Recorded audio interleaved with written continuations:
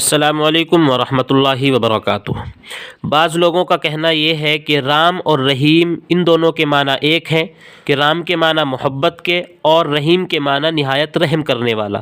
تو حقیقت میں دونوں ایک ہیں، تو ان دونوں کو ایک ساتھ بولنے میں کوئی حرج نہیں ہونا چاہیے، یعنی رام رحیم بولنا درست ہونا چاہیے۔ اس کے بارے میں فتاوی قاسمیہ کے اندر مفتی شبیر صاحب نے لکھا ہے کہ رام کے معنی محبت کے نہیں آتے، بلکہ فارسی میں مطیع و فرما بردار اور سنسکرت میں پرمیشور و پروردگار کے آتے ہیں، جو کہ رام چندر جی کا خطاب بھی ہے۔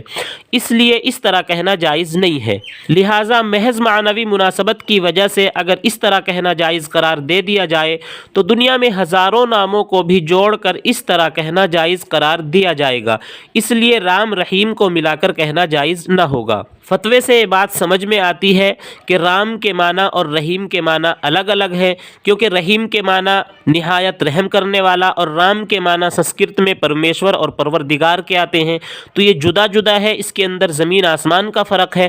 اس لیے ہمیں پرہیز کرنا چاہیے، اور جو لوگ کہتے ہیں رام اور رحیم ملا کر بولنے میں کوئی حرج نہیں ہے، وہ غلطی پر ہیں۔ فتوے سے ہمیں معلوم ہوتا ہے کہ ایسا بولنا جائز نہیں ہے، ہمیں ان باتوں سے پرہیز کرنا چاہیے، اور جو باتیں ہم نہیں جانتے وہ جاننے والوں سے، علماء اکرام سے ہمیں ان کی تحقیق کرنی چاہیے۔ امید ہے آپ کی بات سمجھ میں آ گئی ہوگی۔ ہمیں دعاؤں کے اندر یاد رکھیں۔ السلام علیکم ورحمۃ اللہ وبرکاتہ۔